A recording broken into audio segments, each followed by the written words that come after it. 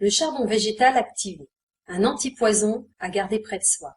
Le charbon végétal activé est obtenu en calcinant du bois de buis, de pin ou de la tourbe à des températures très hautes, jusqu'à 900 degrés, dans un milieu privé d'air.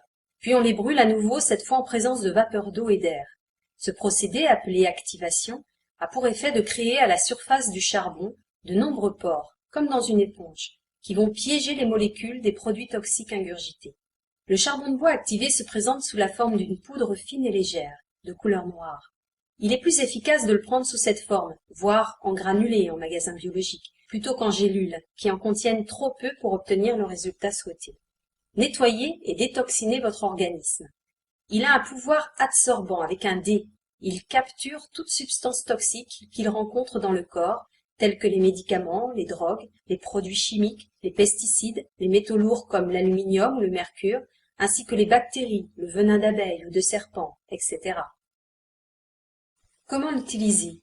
En cure quotidienne pendant 21 jours, à raison d'1 cuillère à café dans un verre d'eau de 1 à 3 fois par jour suivant le problème. Attention, en cas de problème plus grave, nécessitant une réaction immédiate, comme en cas d'empoisonnement, il faudra augmenter les doses, 1 gramme par kilo pour les enfants et 50 grammes pour un adulte, à donner avant d'aller au centre antipoison ou aux urgences. Pour être efficace, la quantité minimale de charbon activé utilisée doit être au moins égale à 8 fois la quantité de toxiques ingérés. Utilisation en interne. Le charbon végétal activé est un excellent remède pour soulager votre système digestif en limitant ou empêchant l'absorption des toxines.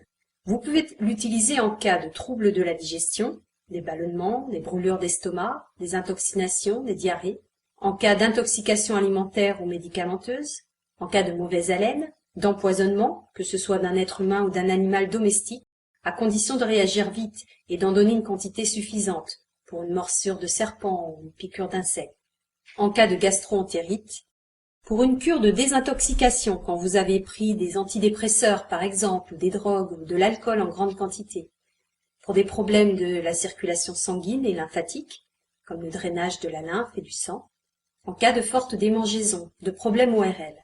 Petit inconvénient, il est insoluble dans l'eau, donc pas facile à mélanger.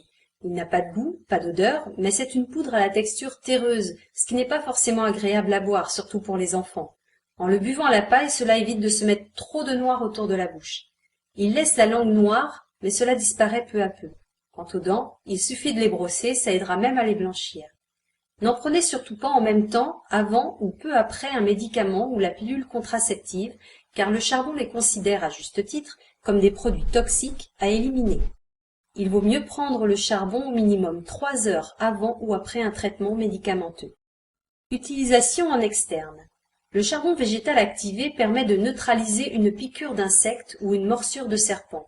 Dans ce cas, mélangez du charbon avec un peu d'eau pour obtenir une pâte et appliquez-la sur la piqûre ou la morsure.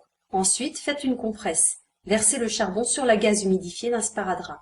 Pour plusieurs piqûres, prenez un bain dans lequel vous aurez versé 2 grands verres de charbon en poudre. Restez-y 30 minutes. Conclusion. Le charbon de bois végétal activé a déjà sauvé la vie d'enfants qui avaient ingurgité des produits hautement toxiques. Une dose importante leur fut donnée en attendant les secours. C'est vraiment un remède d'urgence, facile à stocker et à préparer. C'est un remède indispensable pour le système digestif. Veillez à sa qualité et n'en abusez pas. Comme pour tout remède d'urgence, il vaut mieux éviter d'en faire des cures trop répétées qui risqueraient d'amenuiser son efficacité le jour où vous en aurez vraiment besoin.